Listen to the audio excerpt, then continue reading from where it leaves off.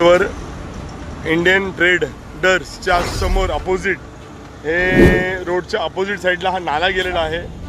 हा नाल्याच्या वरच एक मोठा ट्रान्सफॉर्मर आहे आणि ट्रान्सफॉर्मरच्या बाजूलाच एक लागून बिल्डिंग आहे आणि त्या बिल्डिंगच्या बाजूला हे कन्स्ट्रक्शन झालेलं आहे।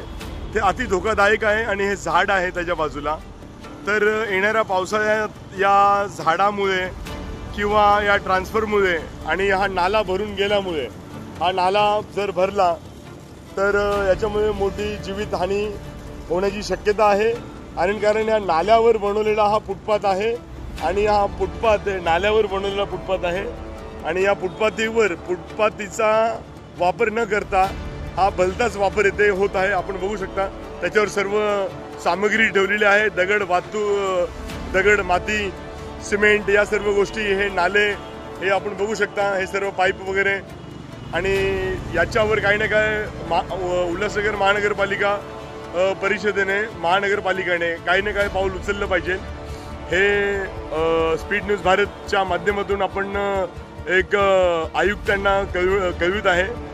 याच्यावर लवकरात लवकर कारवाई करण्यात यावी, अन्यथा दिवसा ढवळ्या येथे ट्रॅफिक निर्माण होते आणि इतर ट्रॅफिक कर्मचाऱ्यांना त्रास होतो। भर दिवसा उभे असतात, त्यांचा कोणच विचार करत नाही आणि सर्व पोलिसांना उलट सरळ बोलत असतात कि ट्रैफिक खाली करो, इनके वजह से ट्रैफिक होता है।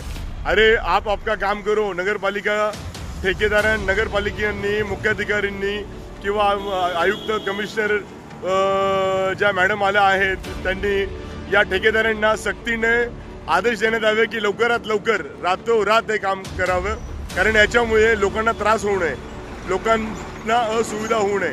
हे बघा, हा केबी रोड आहे, या केबी रोडवरून कंटिन्यू गाड्या जात असतात। याचा विचार करूनच आपण हे काम केलं पाहिजे, जेणेकरून लोकांना सुविधा भेटल्या पाहिजे आणि लोकांना त्रास होऊ नये, कारण आपण जेही करतो ते लोकांसाठीच करतो। Speed news Bharat.